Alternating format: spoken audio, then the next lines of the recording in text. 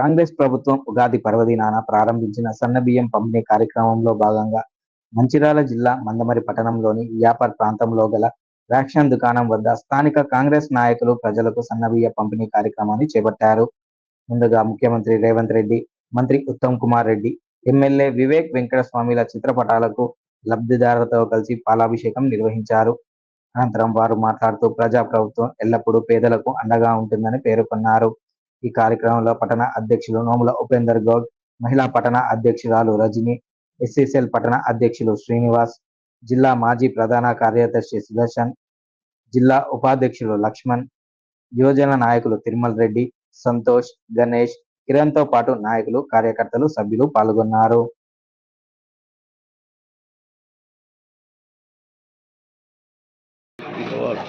ముఖ్యమంత్రి రేవంత్ రెడ్డి గారు ఏదైతే నిర్ణయం తీసుకున్నారో రేషన్ షాపులలో సన్న బియ్యం డిస్ట్రిబ్యూట్ చేస్తామని చెప్పి ఏదైతే ఒక మంచి ఆలోచన, ఈ దేశంలోనే ఏ రాష్ట్రంలో కూడా ఇలాంటి నిర్ణయాలు తీసుకోలేదు. కేవలం మన తెలంగాణ రాష్ట్రంలో రేషన్ షాప్స్ ద్వారా సన్న బియ్యం డిస్ట్రిబ్యూట్ చేయడానికి ఒక చారిత్రమైన నిర్ణయం తీసుకోవడం జరిగింది. వారికి అభినందన చెప్తూ ప్రజలందరూ కూడా ఈ సన్న బియ్యంని వాడుకోవాలి. ఎందుకంటే ఇంతకు ముందు కాంగ్రెస్ ప్రభుత్వంలో ఈ దొడ్డు బియ్యంతోని ఒక బియ్యం దందా నడిచింది తెలంగాణ ప్రభుత్వంలో. ఇప్పుడు ప్రజలకు వారికి మంచి బియ్యం ఇస్తూ మంచిగా పుచ్చిగా తినడానికి సన్న బియ్యం ఇవ్వడానికి ఏదైతే రాష్ట్ర ప్రభుత్వం నిర్ణయం తీసుకుందో ప్రజలందరూ కూడా గమనించాలి. రైతు రుణమాఫీతో పాటు రైతు భరోసా ఏదైతే ఇస్తున్నారో మన రైతులందరికీ కూడా భరోసా ఇప్పిస్తున్నారు రాష్ట్ర ప్రభుత్వం ద్వారా. ఇప్పటి వరకు 4 ఎకరాల వరకు రైతు భరోసా ఇవ్వడం జరిగింది. ఎవరైతే నిజంగా అర్హత ఉన్నారో అందరికీ కూడా రైతు భరోసా రాష్ట్ర ప్రభుత్వం ద్వారా అవుతుందని చెప్పి మీ అందరికీ కూడా భరోసా ఇప్పిస్తూ ఈ యొక్క కార్యక్రమంలో అందరూ కూడా పాల్గొన్నందుకు అభినందనలు. Thank you. వివేక్ వెంకటస్వామి గారికి ధన్యవాదాలు. సన్న బియ్యం కోసం రేవంత్ రెడ్డి గారికి, ఎమ్మెల్యే వివేక్ వెంకటస్వామి గారికి ధన్యవాదాలు చెప్తున్నారు ప్రజలందరూ. ఎందుకంటే గత ప్రభుత్వంలో ఎవరు చేయని ఈ పథకాన్ని మన కాంగ్రెస్ ప్రభుత్వంలో అమలు చేసినందుకు ప్రజలు చాలా ఆనందపడుతున్నారు. గత ప్రభుత్వంలో దొడ్డు బియ్యం పోసి ఈ ప్రభుత్వం సన్న బియ్యం అంటే మా ఇంటికి పూట గడుస్తుంది సన్న బియ్యం పోస్తే అని ప్రజలు మంచిగా అంటే సంతోషాలు ఆనందం వ్యక్తం చేస్తున్నారు.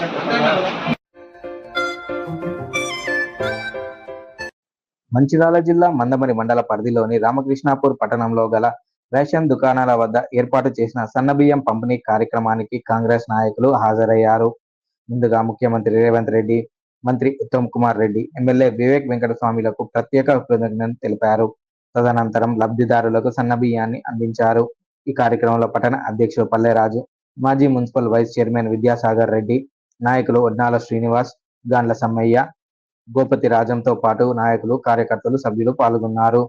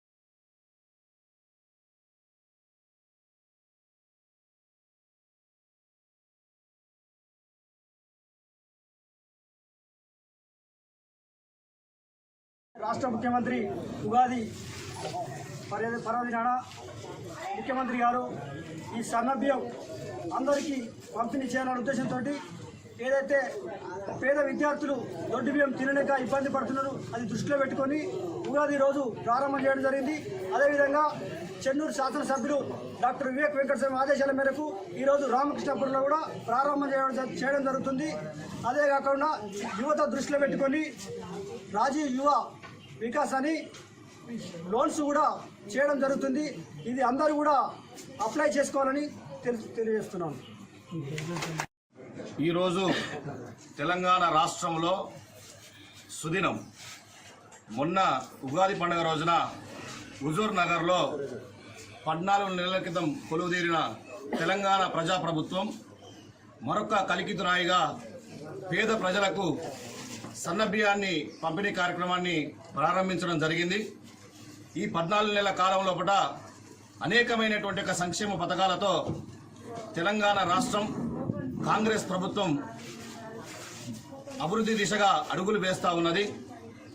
ఏవైతే ఎన్నికల్లో ఇచ్చినటువంటి హామీలు ఉన్నాయో ఆ హామీలను ఒక్కొక్కటిగా నెరవేరుస్తూ మహిళలకు ఉచిత బస్సు, పేదలకు 200 యూనిట్లకు ఉచిత కరెంటు, 500కే గ్యాస్ సిలిండరు, రైతులను చూసుకున్నట్లయితే మద్దతు ధర, పంటకు 500 రూపాయల బోనస్. అదే కాకుండా 10 సంవత్సరాలుగా బీఆర్ఎస్ ప్రభుత్వం చేయనటువంటి యొక్క రైతు రుణమాఫీ 25,000 కోట్ల వరకు రైతు రుణమాఫీ చేసినటువంటి ఒక ఘనత కాంగ్రెస్ ప్రభుత్వాన్ని అని చెప్పేసి తెలియజేస్తా ఉన్నాం. అంతేకాకుండా ఈరోజు తెలంగాణ రాష్ట్రం లోపల 10 సంవత్సరాల నుంచి రానటువంటి రేషన్ కార్డుల ప్రక్రియ కావచ్చు, పింఛన్ యొక్క కొత్త పింఛన్లు కావచ్చు, డబుల్ బెడ్రూమ్ ఇండ్లు కావచ్చు, ఈ యొక్క ప్రక్రియ ఏదైతే ఉందో కాంగ్రెస్ ప్రభుత్వం మొదలుపెట్టింది. మరికొన్ని రోజుల లోపల ఇక్కడ ఉన్నటువంటి ఒక పేద ప్రజలకు డబుల్ బెడ్రూమ్ ఇల్లు పంపిణీ చేసేటువంటి ఒక కార్యక్రమాన్ని స్థానిక ఎమ్మెల్యే వివేక్ వెంకటస్వామి గారు చేపట్టబోతా ఉన్నారు.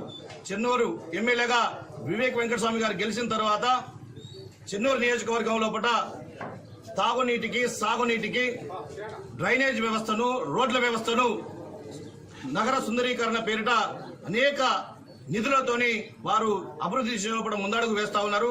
స్థానికంగా రామకృష్ణాపూర్ లోపల ఈ నెల లోపల మన ఫ్లైఓవర్ ఏదైతే ఉందో దశాబ్దాల కళ, ఆనాడు 2009లో ఎంపీగా ఉన్నటువంటి వివేక్ వెంకటస్వామి గారు శాంక్షన్ చేయించినటువంటి ఒక బ్రిడ్జ్ ఏదైతే ఉందో ఆర్ఓవి బ్రిడ్జ్ గత పాలక యొక్క కాలం లోపల అదంతా నిర్లక్ష్యానికి గురైపోయి ఇప్పటి వరకు కూడా పూర్తి కాలేదు. ఎప్పుడైతే ఎమ్మెల్యేగా వివేక్ వెంకటస్వామి గారు గెలుపొందారో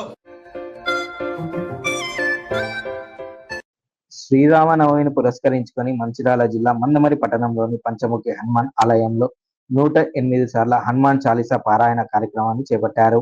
ఈ కార్యక్రమంలో హనుమాన్ దీక్ష స్వాములు, పట్టణ ప్రజలు పెద్ద ఎత్తున పాల్గొన్నారు. తదనంతరం ఆలయ అర్చకులు కృష్ణకాంచార్యులు ప్రత్యేక అర్చనా పూజా కార్యక్రమాలను నిర్వహించి భక్తులకు తీర్థ ప్రసాదాలను అందించారు.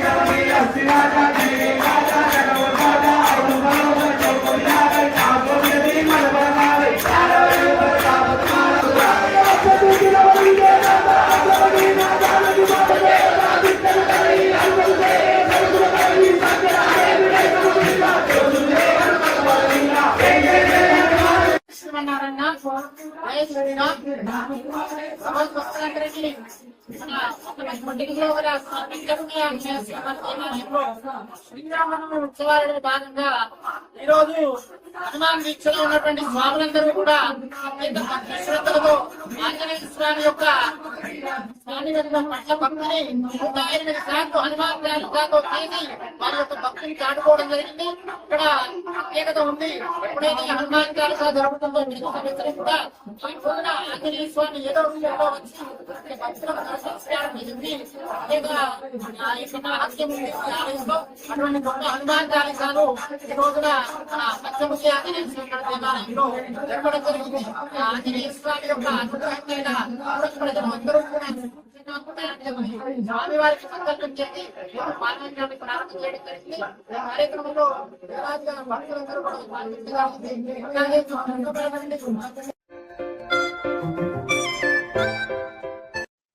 నిర్మల్ జిల్లా ఖానాపూర్ పట్టణంలో వీర హనుమాన్ విజయ యాత్ర విజయవంతంగా కొనసాగింది. పట్టణంలోని జంగన్ హనుమాన్ ఆలయం నుండి శ్రీరామాంజనేయ ఆలయం వరకు శోభయాత్ర నిర్వహించగా పెద్ద సంఖ్యలో హనుమాన్ భక్తులు పట్టణ ప్రజలు కాషాయ వస్త్రాలను ధరించి పాల్గొన్నారు.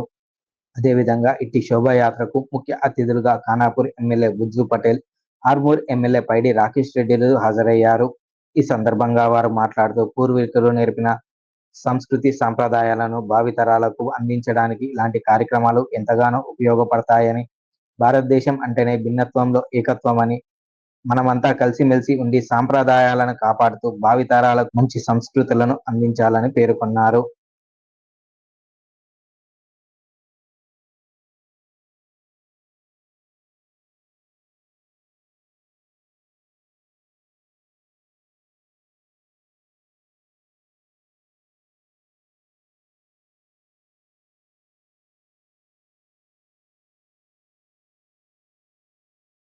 ఈరోజు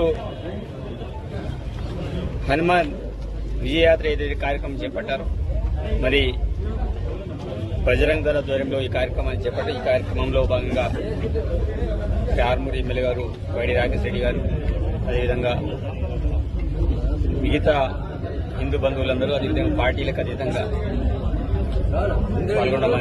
ఈ కార్యక్రమంలో చాలా మంది పెద్ద ఎత్తున పాల్గొనడం ఒక మంచి పరిణామం.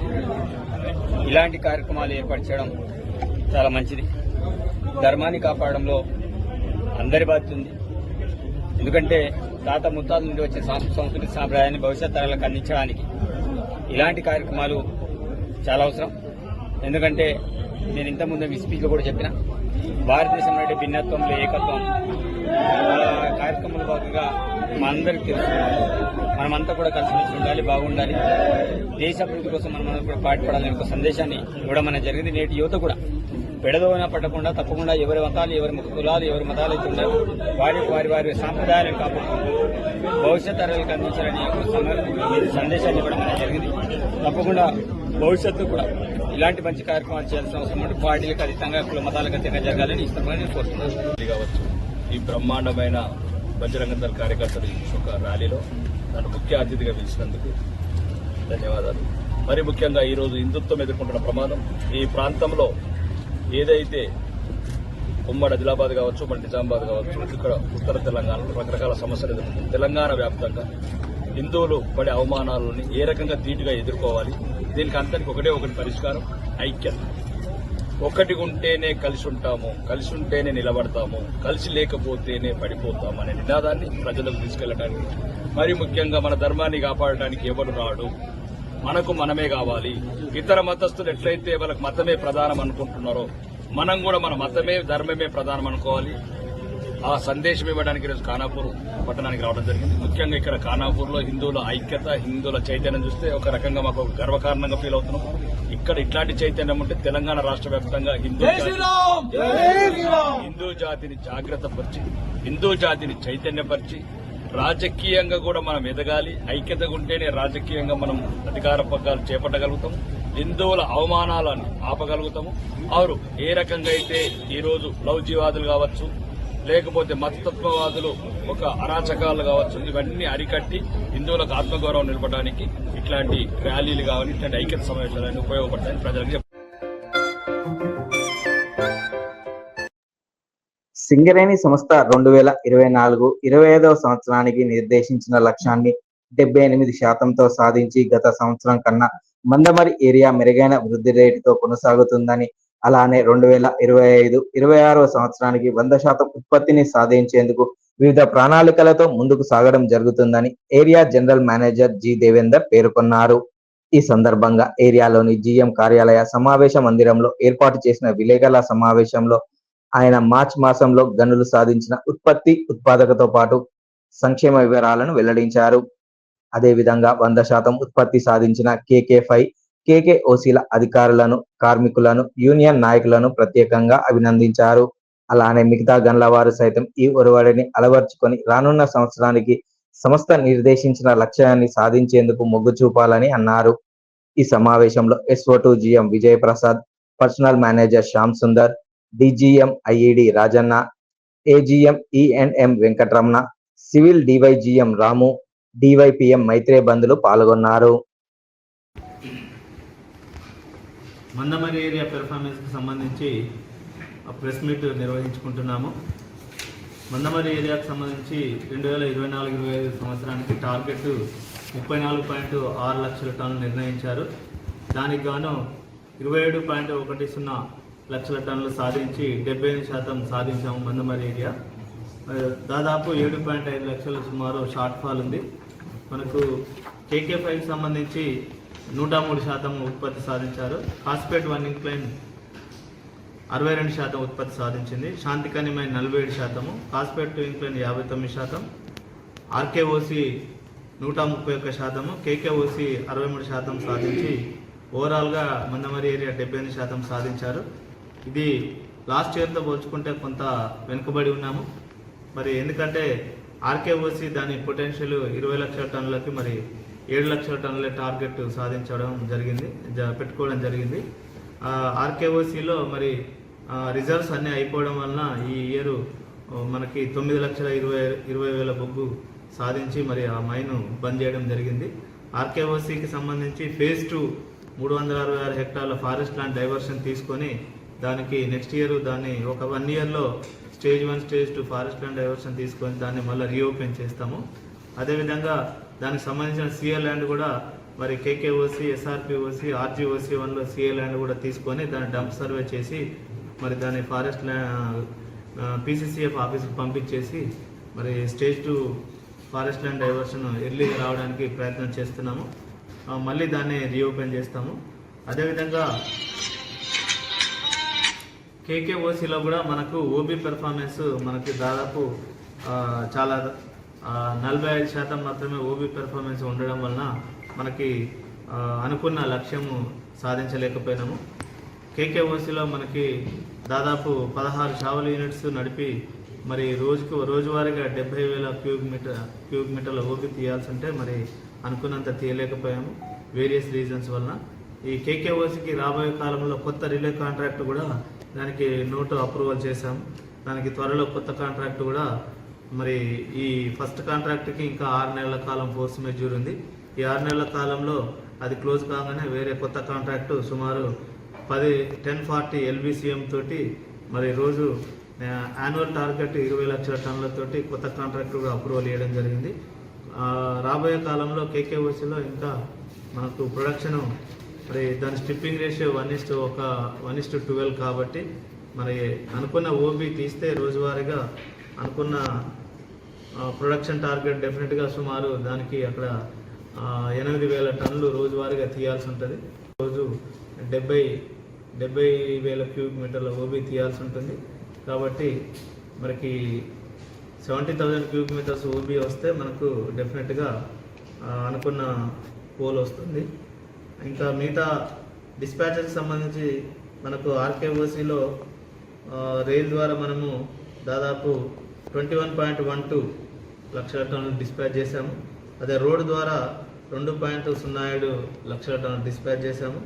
ఓవరాల్గా 23.20 lakh టన్స్ డిస్పాచ్ చేశాము. రేక్స్ 528 డిస్పాచ్ చేశాము. యావరేజ్ రేక్స్ 1.4 పర్ డే చేశాము.